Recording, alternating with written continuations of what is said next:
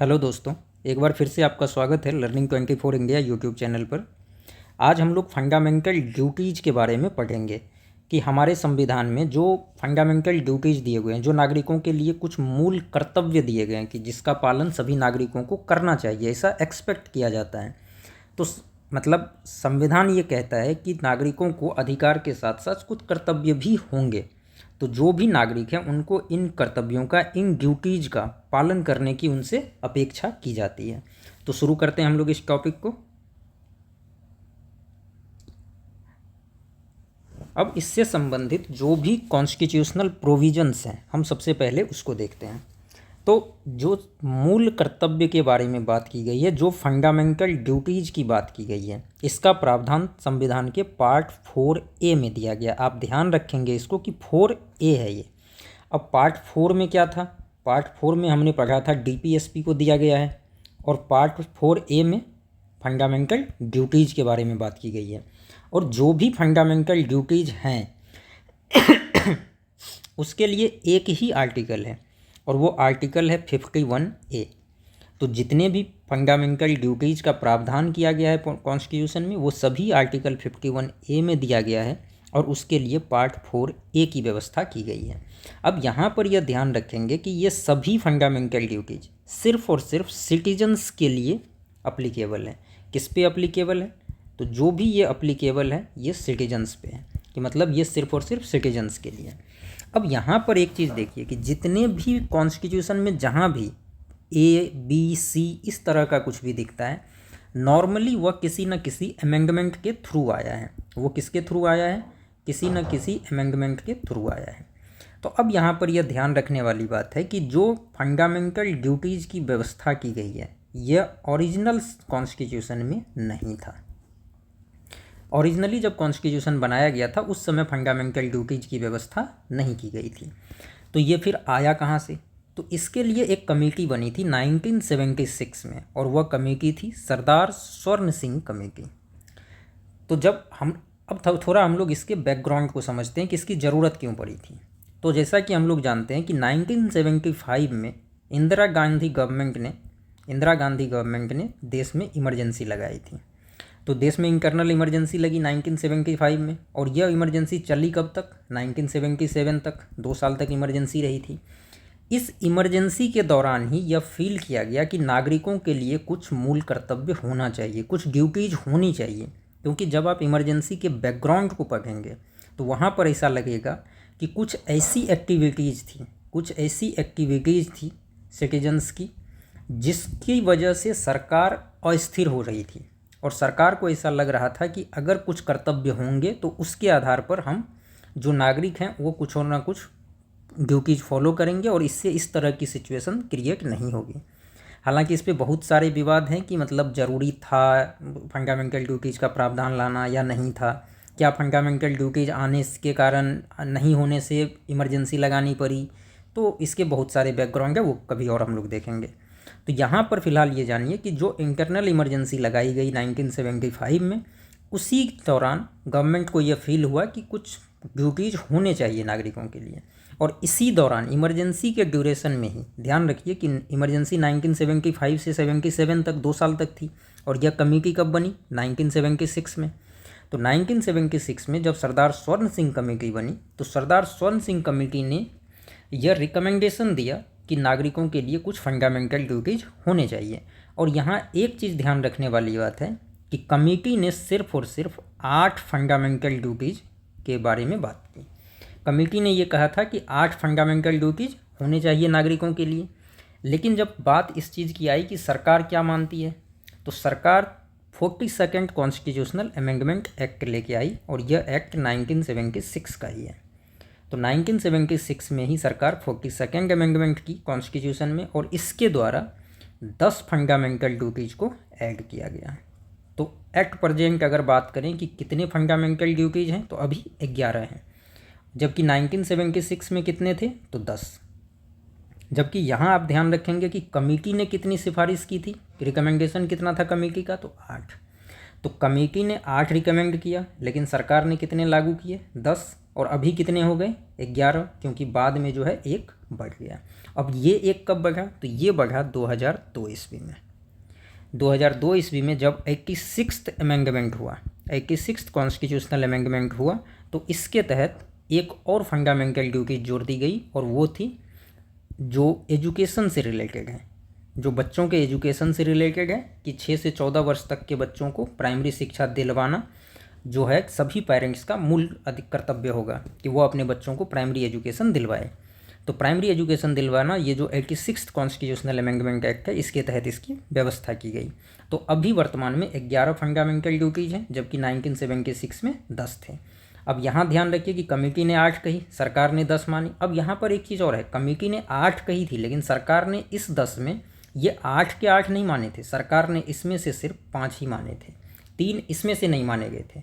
तो 5 कमेटी के रिकमेंडेशन से माने गए और 5 एडिशनल ऐड किए गए गवर्नमेंट के द्वारा। अब यहाँ पर ये चीज़ देखिए कि क्या फंडामेंटल ड्यूटी जो हमारे यहाँ लिया गया, क्या बाकी जगह भी है? तो हाँ है। सबसे पहले तो यह जान लीजिए कि हमारे देश में जो फंडामेंटल ड्यूटीज़ का कॉन्सेप्ट लिया गया, यह यूएसएसआर से लिया गया। और यूएसएसआर, जिसको अभी हम रसिया कह सकते हैं, जो पहले सोवियत यूनियन था, United Soviet States of Russia, तो ये जो पहले यूएसएसआर था, जो अभी रसिया है, इसके संविधान से हमारे यहाँ फंडामेंटल ड्यूटीज़ लिया गया। लेकिन जब हम बात करते हैं यूएसएसआर की, तो यूएसएसआर क्या है? एक सोशलिस्ट कंट्री है। यूएसएसआर एक सोशलिस्ट कंट्री है, और ये भी कह सकते हैं कि सिंगल पार्टी टाइप का कंट्री है।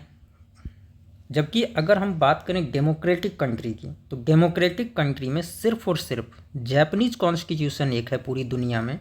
अगर हम बात ये करते हैं कि जो डेमोक्रेटिक कंट्री है वहाँ पे कहीं है या नहीं, तो पूरी दुनिया में सिर्फ और सिर्फ इंडिया के अलावा जापानीज कॉन्स्टिट्यूशन है, जिसमें कि फंडामेंटल ड्यूटीज़ का एक लिस्ट दिया गया है।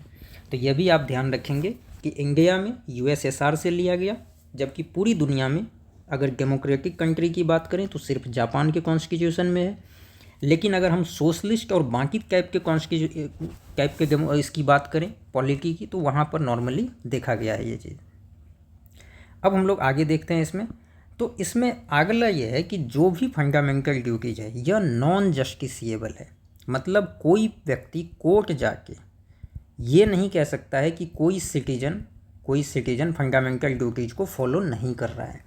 मतलब आप किसी के खिलाफ कोर्ट नहीं चले जाइएगा कि आपको ये ड्यूटी फॉलो करना ही पड़ेगा, ऐसा कोई मैंडेटरी नहीं है, नॉन जस्टिसिएबल है।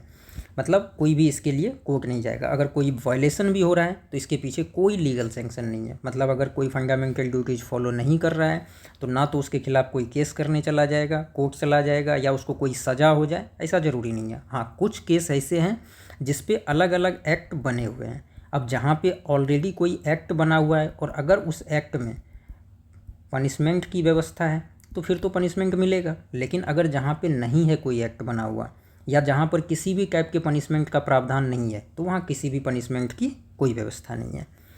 अब यहाँ पर एक चीज़ और ध्यान रखने वाली बात है कि हम कह रहे हैं कि फंडामेंटल ड्यूटीज जो है वो नॉन जस्टिसिएबल है। ये भी कह रहे हैं कि इसके पीछे कोई लीगल सैंक्शन नहीं है, अगर वायलेशन होता है तो कोई कोर्ट नहीं चला जाएगा। लेकिन एक चीज़ यह दिया गया है कि पार्लियामेंट को यह अधिकार दिया गया है कि पार्लियामेंट जब भी चाहे तब किसी भी फंडामेंटल ड्यूटी को इन्फोर्स करने के लिए लेजिस्लेशन कर सकती है। तो अगर कभी भी पार्लियामेंट कोई लेजिस्लेशन बनाती है तो उस केस में जब इन्फोर्स किया जाएगा फंडामेंटल ड्यूटीज को, इस केस में यह एक बार के लिए जस्टिसिएबल हो जाएगा, क्योंकि इसके लिए सेपरेट एक्ट आ चुका है। जब सेपरेट एक्ट आ चुका है, सेपरेट लेजिस्लेशन हो चुका है, तो फंडामेंटल ड्यूटी को इन्फोर्स किया जा रहा है, और जब इसको इन्फोर्स किया जा रहा है तो जस्टिसिएबल हो जाएगा। और अगर इसका वायलेशन होता है तो आप कोर्ट जा सकते हैं, और इसके केस में पनिशमेंट भी मिल सकता है किसी को भी। तो आप इसको ध्यान रखेंगे। अब हमने पहले ही कहा था कि जो स्वर्ण सिंह कमेटी थी उसने 8 रिकमेंडेशन दिए थे, 8 फंडामेंटल ड्यूटीज़ का रिकमेंडेशन दिया था। बट सरकार ने कितनी मानी थी? 5। तो जो 3 नहीं मानी गई थी वो 3 क्या थे? तो वो 3 देखिए। सबसे पहला तो यही था कि अगर कोई फंडामेंटल ड्यूटी पूरा नहीं कर रहा है, किसी को कोई ऐसा भी व्यक्ति सिटीजन हो सकता है जो फंडामेंटल ड्यूटी को पूरा नहीं कर रहा है या मना कर रहा है कि हम इसको फॉलो ही नहीं करेंगे, तो उसके लिए ये था कि पेनल्टी दे दो, पनिशमेंट दे दो। तो इसको सरकार ने नहीं माना कि नहीं, जो अगर कोई भी फॉलो नहीं भी कर रहा है, कोई फंडामेंटल ड्यूटीज़ को नहीं मान रहा है, नहीं पूरा कर रहा है अपने कर्तव्य को, तो उसके लिए किसी भी पेनल्टी का प्रावधान नहीं है। तो कमेटी ने सिफारिश की थी पेनल्टी की, लेकिन सरकार ने नहीं माना। इसी तरह दूसरा ये था कि जब कभी भी किसी पेनल्टी या पनिशमेंट के लिए कोई लॉ बनाया जाएगा, तो उस कमेटी ने क्या कहा कि पनिशमेंट की व्यवस्था हो। अब पनिशमेंट के लिए तो लॉ चाहिए, तो ये भी कहा था कमेटी ने कि अगर कोई लॉ बने ऐसी पेनल्टी या पनिशमेंट के लिए, तो यह किसी भी कोर्ट में चैलेंज ना हो। सरकार ने इसको भी नहीं माना। और तीसरा था कि सभी नागरिक टैक्स पे करें, ये फंडामेंटल ड्यूटी होगा, इसको भी सरकार ने नहीं माना। तो ध्यान रखेंगे, कमेटी ने 8 सिफारिशें की थी, जिसमें से 5 मानी गई और जो 3 नहीं मानी गई वो तीनों यही थे। पहला पनिशमेंट से रिलेटेड है, सरकार ने नहीं माना। दूसरा पनिशमेंट के लिए जो लॉ बनता उससे रिलेटेड है, सरकार ने इसको भी नहीं माना। और तीसरा टैक्स से रिलेटेड है कि सभी नागरिक टैक्स पे करें, इससे भी सरकार ने नहीं माना। आगे बढ़ते हैं।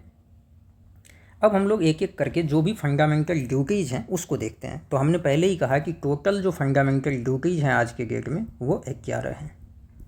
कितने हैं? 11 हैं। अब 11 में कौन कौन से हैं? तो सबसे पहला जो हमारा आता है वो है कि सभी जो नागरिक हैं वो कॉन्स्टिट्यूशन और इसके जो भी आइडियल्स हैं और जो भी इंस्टीट्यूशंस हैं उसको रिस्पेक्ट करें,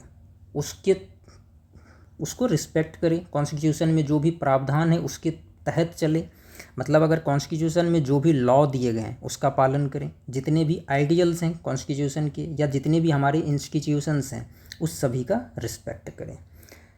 तो अगर हम आइडियल्स और इंस्टीट्यूशन की बात करें तो उसमें जैसे हमारा जो भी इंस्टीट्यूशंस हैं, जैसे कि हम लोग जानते हैं कॉन्स्टिट्यूशनल बॉडीज़ हैं, इसके बाद हम लोग स्टैट्यूटरी बॉडीज़ के बारे में जानते हैं, इन सभी का आदर करें। जो भी हमारे आइडियल्स हैं, जो भी हमारे देश में स्वतंत्रता संग्राम के समय जो भी अलग अलग तरह की विचारधाराएं थी उसको सम्मान करें। जो हमारा नेशनल फ्लैग है, नेशनल एंथम है, इसका भी सम्मान करें। तो यह है पहली ड्यूटी। दूसरा है कि जो नोबल आइडियल्स थे जिसने हमारे नेशनल फ्रीडम स्ट्रगल को इंस्पायर किया था उसको फॉलो करें और उसको चेरिश करें, मतलब उसको बढ़ावा दें। तो जो हमारा नेशनल स्ट्रगल था वो किससे इंस्पायर्ड था? इक्वलिटी, एजुकेशन, राइट्स, जस्टिस, तो इन चीज़ों पे बेस्ड था कि सभी के लिए जस्टिस होगा, सभी के लिए इक्वलिटी होगा, सभी के लिए राइट्स होगा।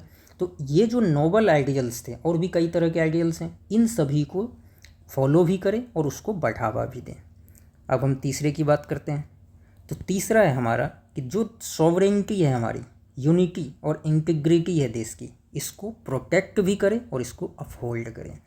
मतलब देश की जो एकता है, देश की जो अखंडता है, जो हमारी टेरिटोरियल इंटीग्रिटी है, जो हमारी यूनिटी है, जो हमारी सॉवरेनिटी है कि हम किसी के अंदर नहीं है, किसी के गुलाम नहीं है, हमारे ऊपर किसी और का अधिकार नहीं होगा, इन चीज़ों को अपहोल्ड करें और ज़रूरत पड़े तो इसको प्रोटेक्ट भी करें। अगर जैसे हम इसके अंदर यह भी समझते हैं कि अगर वॉर की सिचुएशन हो, किसी देश ने एग्रेशन किया हो, किसी ने अटैक किया हो, तो उस समय हमारी टेरिटोरियल इंटीग्रिटी खतरे में आ जाती है, हमारी सॉवरेनिटी खतरे में आ जाती है। तो इस समय हमारा यह कर्तव्य होगा सभी नागरिकों का कि वो उसको प्रोटेक्ट करें।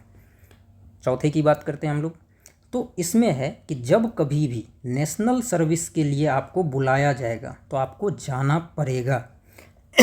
और किस केस में? खास करके जब भी देश को डिफेंड करने की ज़रूरत पड़े। तो हमने यहीं पे कहा कि वॉर हो या एग्रेशन हो, इस केस में क्या होगा? देश की सॉवरेनिटी और इंटीग्रिटी खतरे में आ गई। तो उस केस में अगर नेशनल सर्विस के लिए किसी भी सिटीजन को बुलाया जा रहा है सरकार के द्वारा तो आपको जाना पड़ेगा। तो ये ड्यूटी होगी सभी सिटीजन्स की। अगला हम लोग देखते हैं 5वां। तो जो हार्मनी है कि समाज में हार्मनी बनी रहे, समाज में ब्रदरहुड बनी रहे, जो समाज में भाईचारा है, शांति है, उसको प्रमोट करना है। ऐसा नहीं कि 2 समुदाय के बीच या 2 लिंग्विस्टिक ग्रुप के बीच या 2 धर्मों के बीच या 2 सेक्शन के बीच किसी भी तरह का जो झगड़ा है या किसी भी तरह का जो डिफरेंस है उसको प्रमोट नहीं करना है, उसको रोकना है। समाज में हार्मनी को बढ़ावा देना है, समाज में ब्रदरहुड को बढ़ावा देना है। तो कुल मिलाकर यह है कि समाज में किसी भी बेसिस पर 2 समुदाय के बीच किसी भी तरह के डिफरेंस को, झगड़े को बढ़ावा नहीं देना है। उसकी जगह समाज में भाईचारे को, बंधुत्व को बढ़ावा देना है। अगला है हमारा कि जो हमारे कल्चर हैं, हेरिटेज हैं, उसको प्रिजर्व करना है और उसको बढ़ावा देना है, यह भी हमारा कर्तव्य होगा। तो इस लिस्ट को आप देख लेंगे एक बार।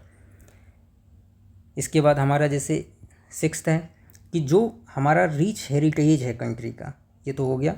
इसके बाद हमारा जो ये है कि जो हमारा नेचुरल इन्वायरमेंट है, अब नेचुरल इन्वायरमेंट में हम लोग जानते हैं फॉरेस्ट हो गए, हमारे लेक्स हो गए, रिवर्स हो गए, वाइल्ड लाइफ हो गए, इन सब या जितने भी लिविंग क्रिएचर्स हैं, इन सभी को प्रोटेक्ट भी करना है, इम्प्रूव भी करना है। और इसके लिए हम लोग जानते हैं कि कई सारे एक्ट आए, वाइल्ड लाइफ प्रोटेक्शन एक्ट आया, एयर पोल्यूशन एक्ट आया, वाटर पोल्यूशन एक्ट आया। तो ये सारे जो बनाए गए इसी को इन्फोर्स करने के लिए, तो सभी नागरिकों का यह कर्तव्य होगा कि वो नेचुरल इन्वायरमेंट को, फॉरेस्ट, लेक्स, रिवर्स, इन सभी को प्रोटेक्ट करें और इम्प्रूव करें। फिर देश में जो साइंटिफिक टेम्पर है उसको बढ़ावा दे, ह्यूमनिज्म को बढ़ावा दे, इंक्वायरी और रिफॉर्म को बढ़ावा दे। इसी तरह पब्लिक प्रॉपर्टी की रक्षा करे, जो भी पब्लिक प्रॉपर्टी है उसको प्रोटेक्ट करने में सभी नागरिकों का कर्तव्य होगा, सभी नागरिकों का योगदान होगा। कभी भी किसी तरह का कुछ वायलेंस होता है तो उस केस में पब्लिक प्रॉपर्टी को आपको नुकसान नहीं पहुंचाना है। वैसे तो किसी भी प्रॉपर्टी को नुकसान नहीं पहुंचाना है, लेकिन खास करके जो पब्लिक प्रॉपर्टी है इसको प्रोटेक्ट करने की जिम्मेदारी नागरिकों के ऊपर दी गई है, और किसी भी तरह के वायलेंस से दूर रहने की भी जिम्मेदारी नागरिकों को दी गई है। अगला है हमारा कि जितने भी किसी भी स्फीयर में, चाहे साइंटिफिक हो, चाहे टेक्नोलॉजिकल हो, चाहे कल्चरल हो, चाहे लिंग्विस्टिक हो, या चाहे हिस्टोरिक हो, किसी भी तरह के स्फीयर में सभी इंडिविजुअल को कलेक्टिव एक्टिविटी के थ्रू आगे बढ़ने का प्रयास करना चाहिए, ताकि देश को और आगे हम ले जा सकें और हर फील्ड में हमारी अचीवमेंट रिकॉग्नाइज की जा सके। और हमने लास्ट जो 11वां हमने कहा था कि जब 2002 में जोड़ा गया 86th कॉन्स्टिट्यूशनल अमेंडमेंट के थ्रू, वो यही था कि सभी नागरिकों का कर्तव्य होगा कि वो अपने 6 से 14 वर्ष तक के बच्चों को जो एजुकेशन प्रोवाइड करें। तो कुल मिलाकर यह है कि प्राइमरी एजुकेशन जो है, प्राइमरी एजुकेशन 6 to 14 ईयर्स के बच्चों को सभी नागरिकों का कर्तव्य होगा कि वो अपने 6 से 14 वर्ष के बच्चों को प्राइमरी एजुकेशन प्रोवाइड करें। तो ये हमारे 11 फंडामेंटल ड्यूटीज़ की लिस्ट है। आप लोग बस इसको एक बार गो थ्रू कर लीजिए।